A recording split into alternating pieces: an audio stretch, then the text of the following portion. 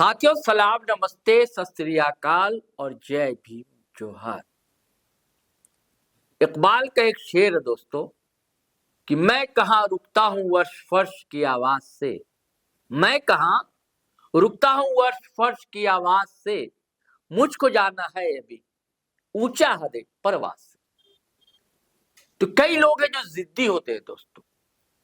सियासत में कई चेहरे हैं, दमकते हुए, चमकते हुए, लेकिन कुछ ऐसे चेहरे होते हैं जो साधारण से लगने वाले असाधारण काम किया करते हैं। एक विधायक से जनता की उम्मीदें वाबस्ता होती है, जुड़ी होती है, टिकी होती है आशाएं।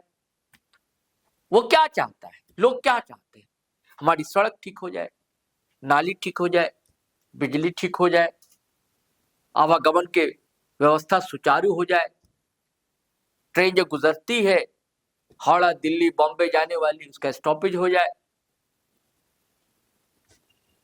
शहर से जोड़ने वाली जो बसें हैं उनका स्टॉपेज हो जाए, यानी आवागमन की सुविधा। ये छोटे छोटे काम,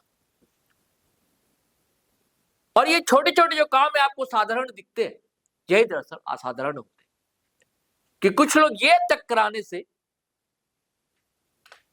क्या कहने मजबूर रहते हैं, नहीं करा पाते। अगर झारखंड में चंद ऐसे विधायकों की सूची बनाई जाए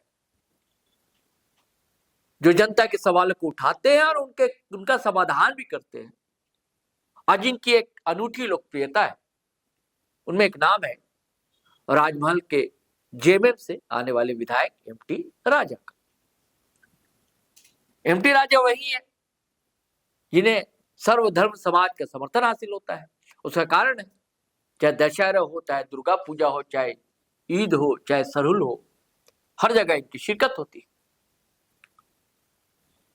और ऐसे ऐसे गांव का दौरा करते हैं जहां तक आज तक कोई सांसद विधायक पहुंचा नहीं।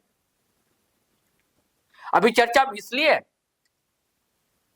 कि उन्होंने शिक्षा सचिव से मांग की है कि वे रमजान के दिन चल रहे हैं, रोजे चल रहे हैं, इसमें क्यों नहीं जो मुस्लिम कर्मचारी है उनको 1 घंटा पहले छुट्टी दे दी जाए ताकि वो अफ्तार कर सके।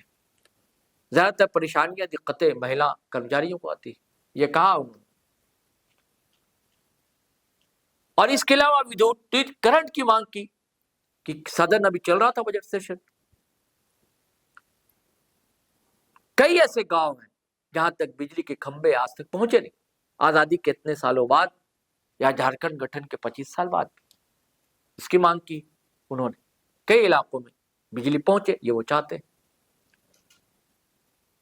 और उन्होंने क्या क्या कहा दोस्तों झारखंड असेंबली में, मैं चाहता हूं कि आप खुद सुनिए।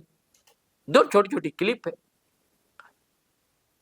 एक जब वो मांग करते हैं स्टॉपेज की, वो है, और एक और राष्ट्रपति के अभिभाषण के बाद जो धन्यवाद देते हुए उन्होंने क्या कहा, कैसे पेशा की चर्चा की। अध्यक्ष महोदय, अंतर्राज्यीय बस स्टैंड राजमहल से पश्चिम बंगाल, कोलकाता, सिल्लीगुड़ी तथा बिहार के भागलपुर, पटना एवं मुजफ्फरपुर सहित झारखंड के देवघर, दुमका, रांची, धनबाद, बोकारो, हजारीबाग, जमशेदपुर आदि शहरों के लिए अभी तक कोई भी सरकारी बस संचालित नहीं हुआ। यहाँ से प्रतिदिन हजारों यात्री इन शहरों की यात्रा करते हैं। जनहित के मद्देनजर मैं सरकार से मांग करता हूं कि राजमहल बस परिसर से इन सभी शहरों के लिए बस संचालित किया जाए। माननीय सदस्य श्री हेमलाल मुर्मू जी। महोदय, संविधान की यह बेहतरीन व्यवस्था है कि महामहिम राज्यपाल महोदय के अभिभाषण पर चर्चा होती है। इस माध्यम से हमें अपनी बातों को रखने का भी अवसर प्राप्त होता है। माननीय सभापति महोदय, मैं काफी प्रभावित हुआ कि राज्यपाल महोदय जिस तन्मयता के साथ अपनी अभिभाषण को पढ़ रहे थे, जिससे यह प्रकट हो रहा था कि राज्य अपनी प्राथमिकता को निर्धारित करते हुए हर वर्ग, जाति, धर्म के विकास तथा उनकी अमन चैन और खुशहाली के लिए तन्मयता के साथ काम कर रही हैं। महामहिम राज्यपाल महोदय ने अपने अभिभाषण में जिन व विषय वस्तुओं को रखा है, वास्तव में यह सरकार की दूरदर्शिता और जनता के प्रति जवाबदेही को बताती है। इस सरकार की प्राथमिकता अंतिम व्यक्ति तक खुशहाली पहुंचाना, गांव देहात के व्यक्ति को आज ये एहसास हो चुका है कि यह झारखंड की सरकार अगुआ सरकार है।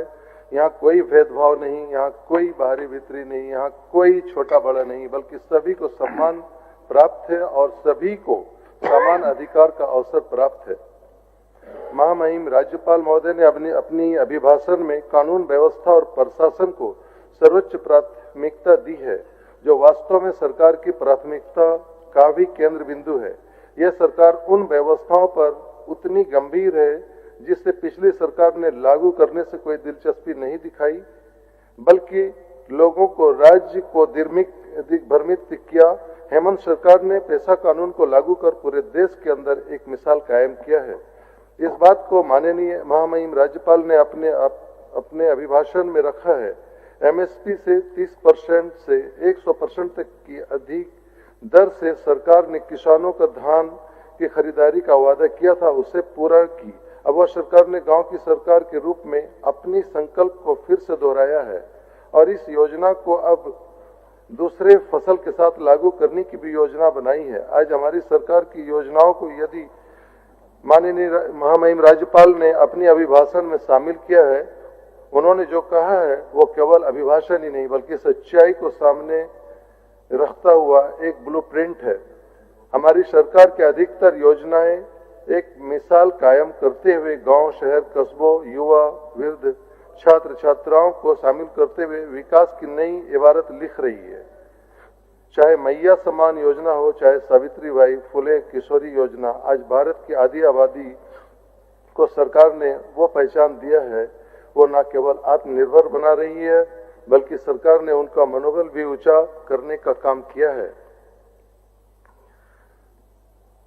सभापति महोदय, तो साथियों आपने उनकी बातें सुनी। हमारी कोशिश रहेगी कि उनसे बातचीत संभव हो सके।